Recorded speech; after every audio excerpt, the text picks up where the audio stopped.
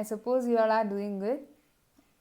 Well, I'll be explaining a very meaningful and thought provoking poem written by the great English romantic poet and poet laureate Robert Southey.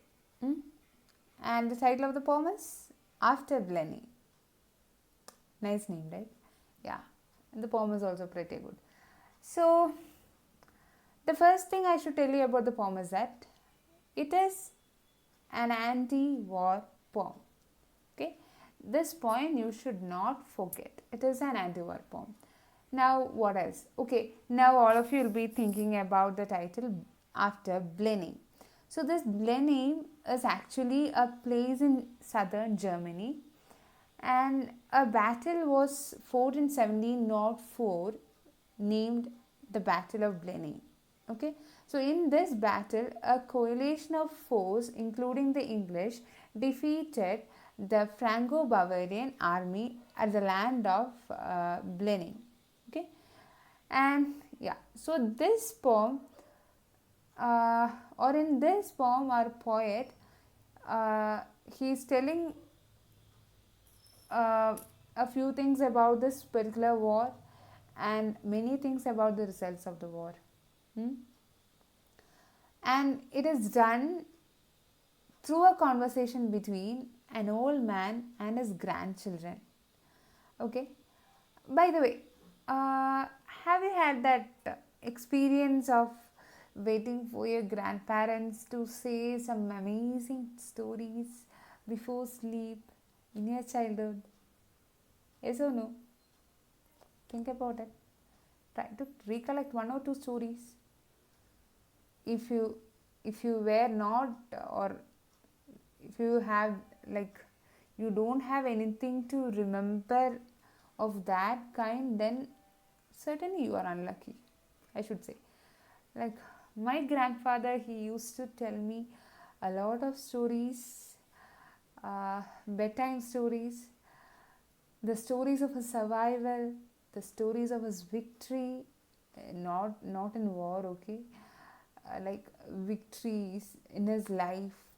And like in all those stories, my grandfather was a superhero, and I really miss him. I do miss him.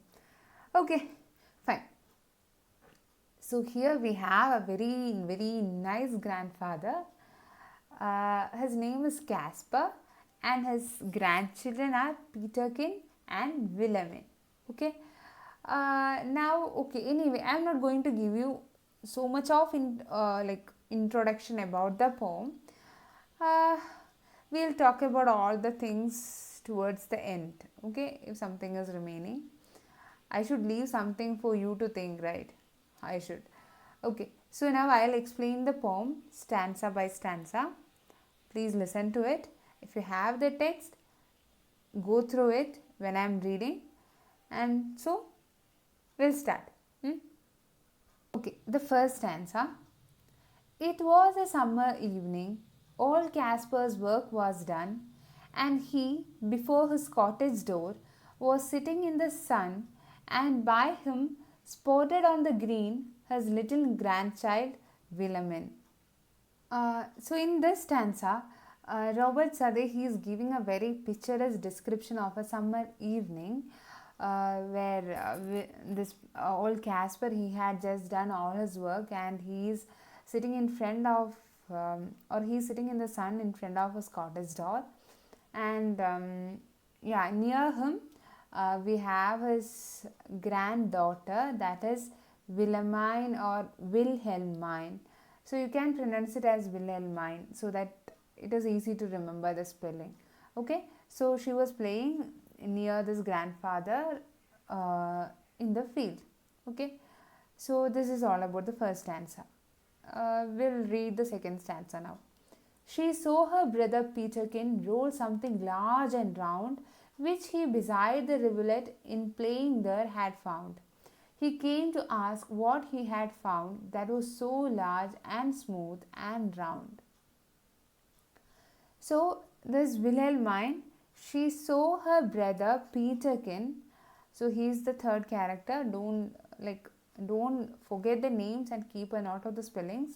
So this Wilhelmine, she noted that her brother was rolling something. Okay, he was playing.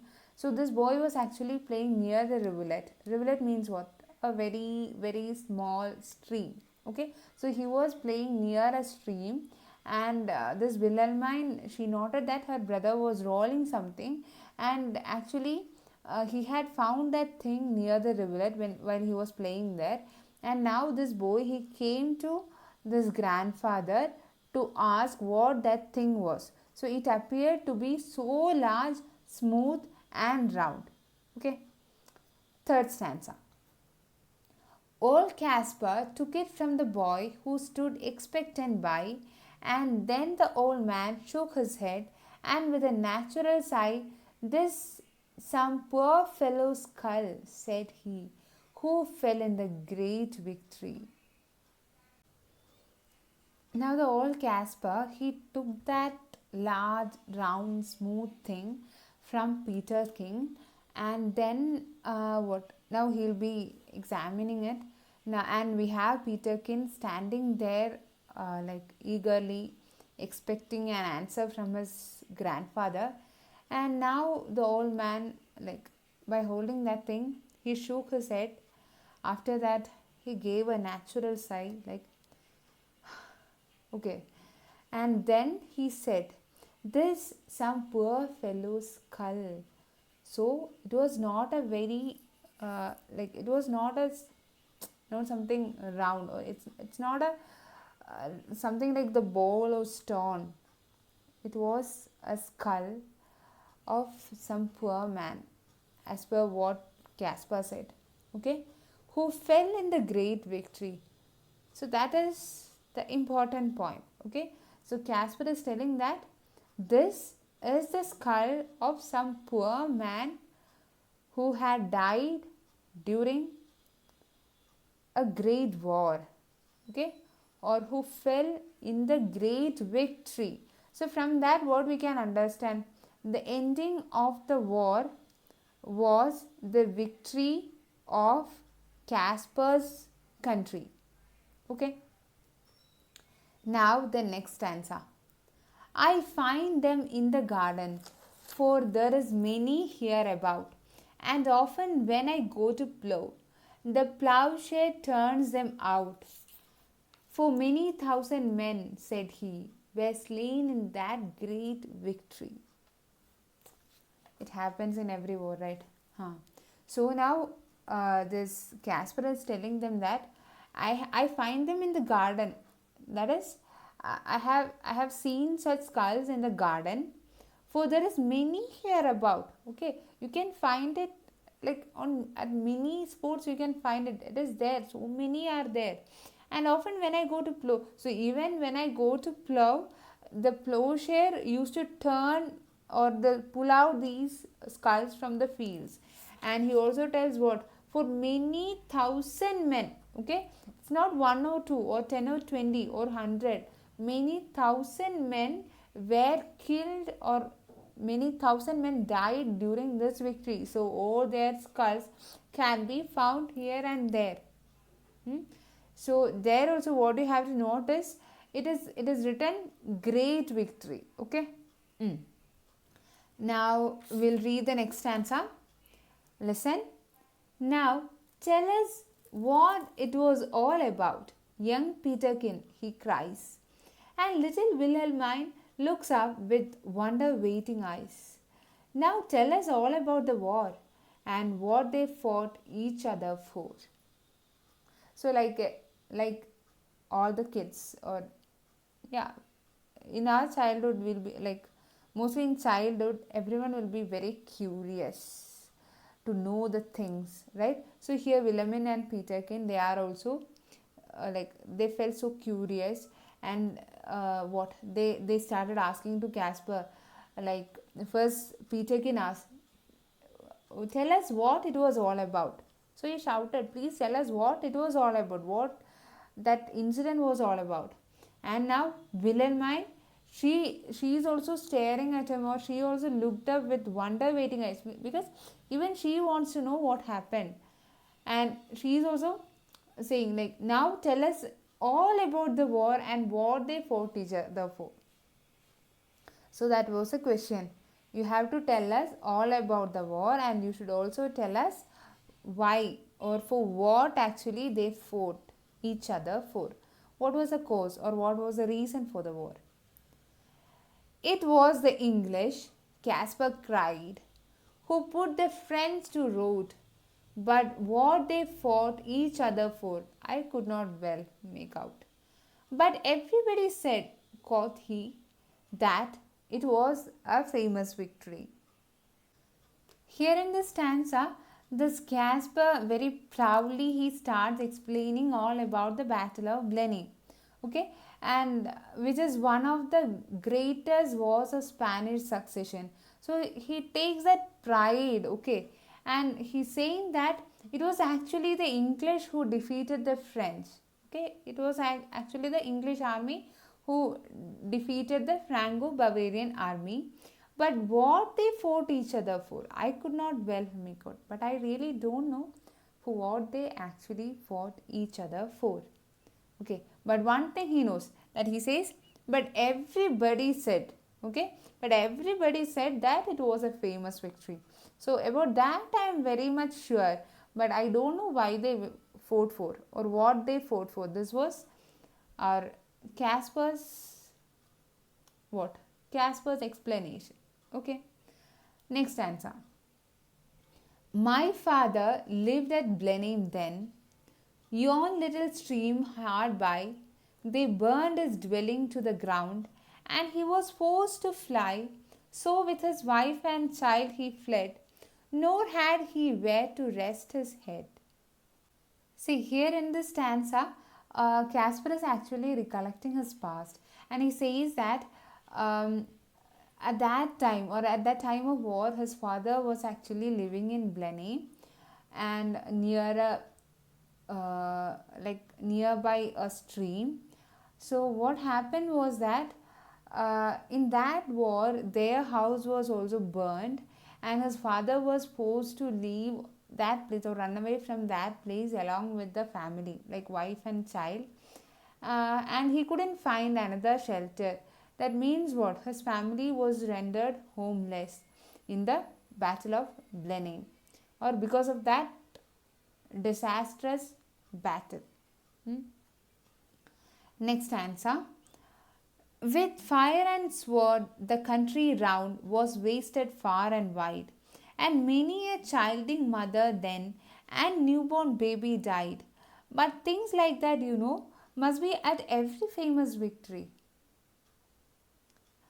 So this stanza it talks much about that horror of war, okay, or the futility of war, the meaninglessness of war. So here he is saying that everywhere it was like wherever we go we could find only disaster, destruction, fire, sword, nothing else. So this actually what it destroyed the entire land actually, and many a childing mother, that means pregnant women, so many pregnant women and newborn babies were killed. So that shows how the war actually affects the innocent people. So childing mother, the newborn babies, think, how are they involved in the war? No, but many such people were killed. So that's what I said, the futility of war. And but things like that, must be at every famous victory. So here again this old Casper, he is justifying, he's saying that, but see, it's a very natural, it's a very usual scenes at every famous victory. So wherever there is a war, and at the end of every famous victories, so many people, so many innocent people will have to sacrifice their lives. Next answer. They say it was a shocking sight after the field was won, for many thousand bodies here lay rotting in the sun. But things like that, must be after a famous victory. Okay, so he's saying that, okay, the people say, or the people used to say that it was really a shocking sight after after the ending of that war. Okay, that It was very horrible.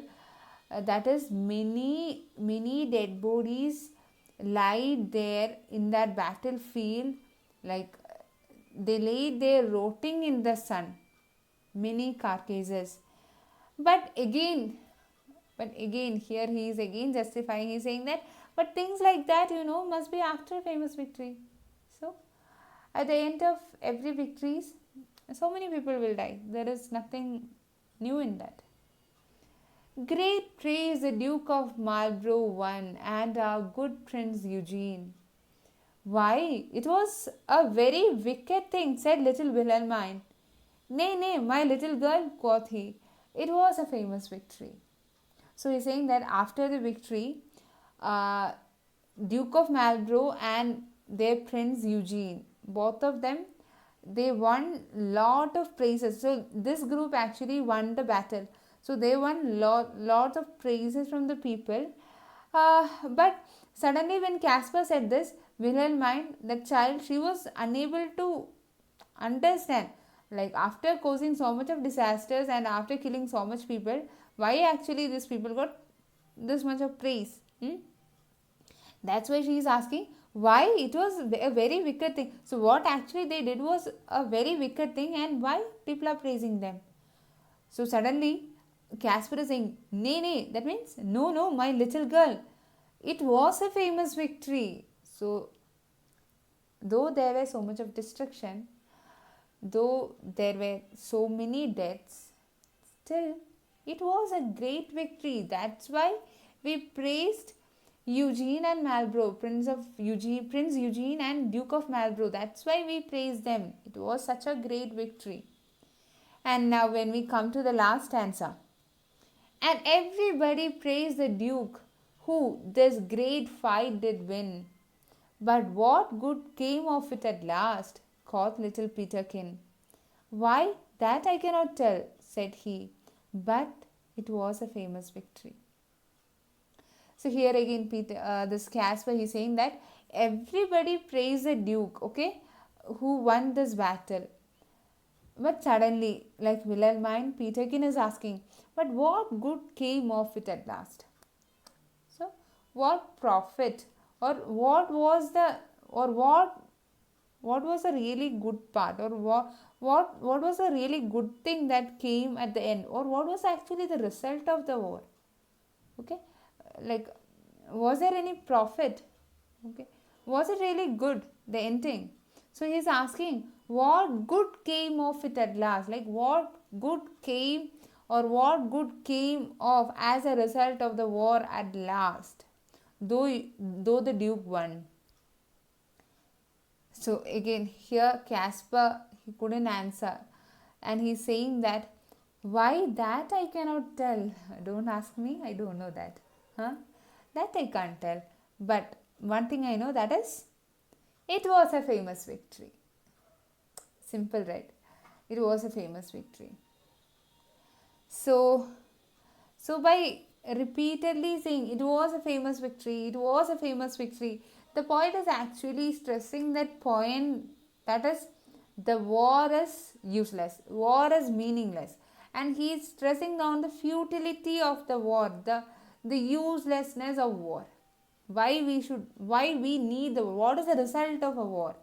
Okay, he is saying that it is nothing but utter destruction. There is no other results for a war.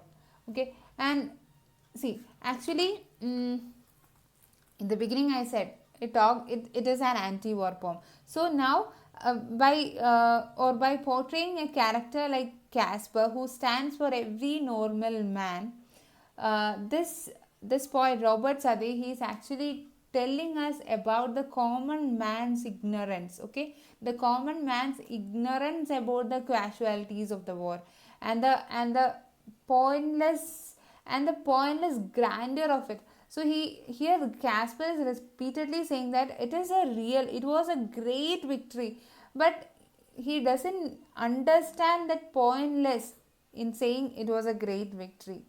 So this is the case with everyone, or this is the case of every normal, or every common man.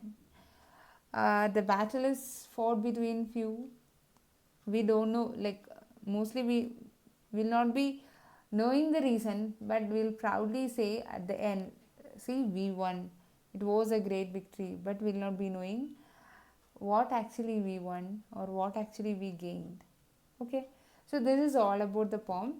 uh, Now read the poem, think about it. Okay, it is, don't take it simply, okay, don't think that this is just for the exam. So all the things included in your syllabus, uh, it has some, or all the chapters and poems, all the short stories and poem, it has a few emotions or like some values attached to it. So you should understand it, otherwise there is no point in teaching or learning all these things. So think about it, um, and think how, like what your mind says, like what your mind say about, uh, or tell me what is your opinion about, what do you feel. You can make your comments, uh, or at least think about it for a while. That is important, don't leave it as it is. Literature is meant for that, and like it is meant to make us more human. Okay, so that's all for today.